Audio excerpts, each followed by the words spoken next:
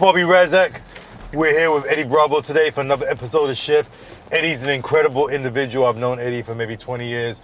We both were blue belts, white belts at John Jack Machada 20 years ago. Eddie has become an icon in BJJ.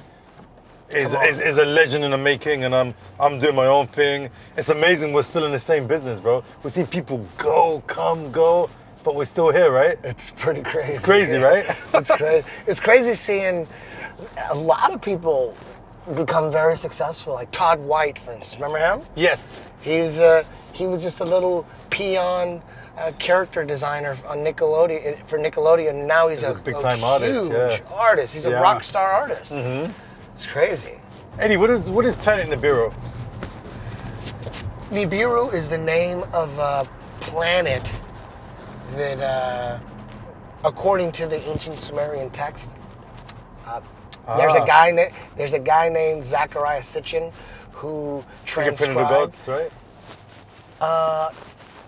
That's Graham Hancock, though. That's Graham Hancock. Yeah. He wrote the 12th planet. Right.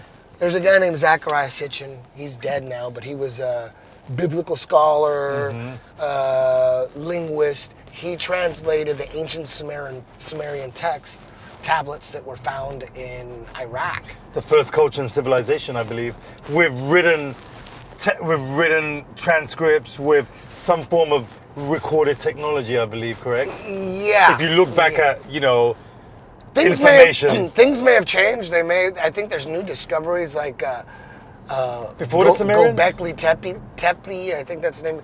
There's a new civilization that they found that may be older than that, but I don't know. But based advanced to the Sumerians? Maybe. I'm not an expert at Göbekli Tepe or whatever the fuck it's called. But ancient Sumer supposedly was the first civilization with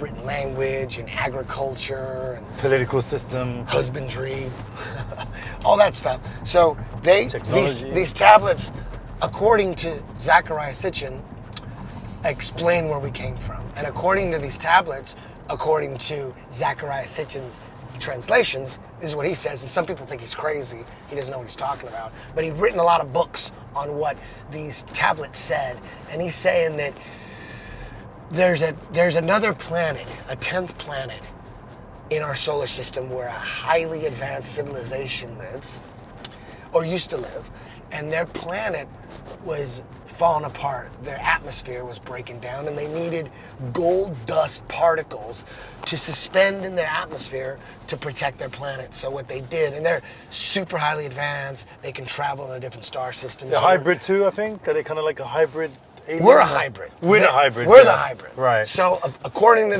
these texts, according to the translations from Zachariah Sitchin, he's saying that they came to this planet to mine gold to convert to dust particles to protect their planet, Nibiru, the 10th planet. And they created us as slaves. Part monkey, part them. So we're half indigenous to this planet and then half alien, according to them. So that's that. And it's kind of weird when I first heard that. Gina, this girl I used to produce, she's a singer. She came to me one day at rehearsal. Just last night, some guy was telling me about this guy who wrote a book, and he's telling me that we're slaves created to mine gold for these aliens. Right. And I thought it was the craziest, dumbest shit I've ever heard. And then I thought about it. Yeah. I thought about it for a while, and I thought about it to myself later on that day or night. And I thought, it is kind of weird how the only thing we agree on as the human race, the only thing we don't agree on, nothing. Religion, nothing. Politics, nothing. We kill each other over religion. Everyone's got different views. But when it comes to gold, everyone agrees it's money. Right. How is that? How do you go to a country in Africa like the Congo and gold is everything, and you go to Argentina, gold is everything. Europe. You go everywhere, gold is everything. Yeah. Like, how does that? It's that international. part, yeah. That was kind of weird to me. So then I called up Gina and I said, who told you those stories? He goes, oh, a guy named Jody. I go, can you give me his number? So she gave me his number and I called him up and said, hey, this is Gina's friend Eddie.